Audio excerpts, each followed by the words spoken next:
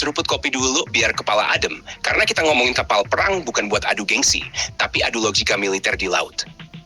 Dari awal harus diluruskan.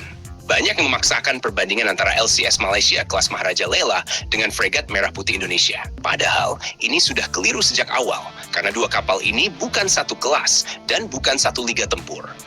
Maharaja Lela adalah kapal tempur pesisir. Filosofinya lebih condong ke patroli, pengamanan wilayah dekat pantai, dan operasi maritim terbatas. Dia bukan dirancang sebagai kapal garis depan untuk duel besar di laut lepas. Sementara Merah Putih adalah fregat perang utama yang disiapkan untuk menghadapi ancaman udara, permukaan, dan bawah air dalam skala tinggi. Perbedaan paling nyata, paling telanjang, dan paling tak terbantahkan ada di VLS, Vertical Launching System. Maharaja Lela hanya membawa sekitar 16 sel rudal vertikal. Itu berarti kapasitas salvo mereka terbatas. Sekali amunisi itu habis, kemampuan tempurnya langsung turun drastis. Bandingkan dengan Merah Putih yang membawa 64 sel VLS. 4 kali lipat. Ini bukan soal pamer kekuatan, tapi menunjukkan filosofi tempur yang beda total. Dengan 64 sel, Merah Putih bisa melakukan tembakan jenuh, melapis pertahanan udara, sekaligus tetap punya cadangan rudal untuk serangan balik. Kalau kita bayangkan skenario sederhana di laut terbuka, misalnya terjadi adu rudal. Jika Merah Putih melepaskan puluhan rudal sekaligus, kapal yang hanya punya 16 rudal seperti Maharaja Lela akan sangat kewalahan. Mereka harus memilih antara menembak balik atau bertahan. Dan begitu stok rudal menipis, posisi mereka menjadi sangat rentan. Nah, supaya adil dan masuk akal, sebenarnya Maharaja Lela jauh lebih pantas disejajarkan dengan kelas OPV atau korvet bersenjata berat, bukan dengan fregat besar seperti Merah Putih.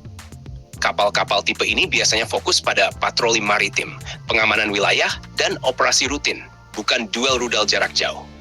Beda lagi dengan Merah Putih yang memang dibangun sebagai tulang punggung armada tempur modern Indonesia.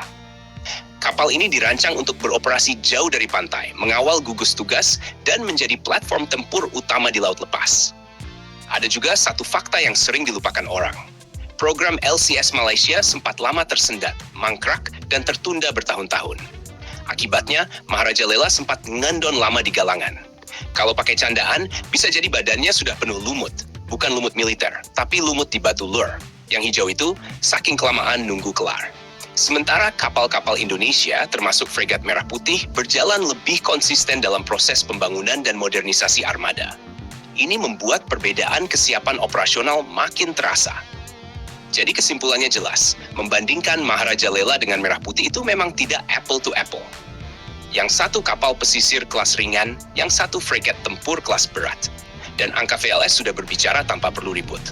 16 versus 64 itu bukan selisih tipis, tapi jurang kemampuan. Kalau kalian suka bahasan militer yang lugas kayak gini, jangan lupa subscribe, like, dan komen di bawah sambil ngopi.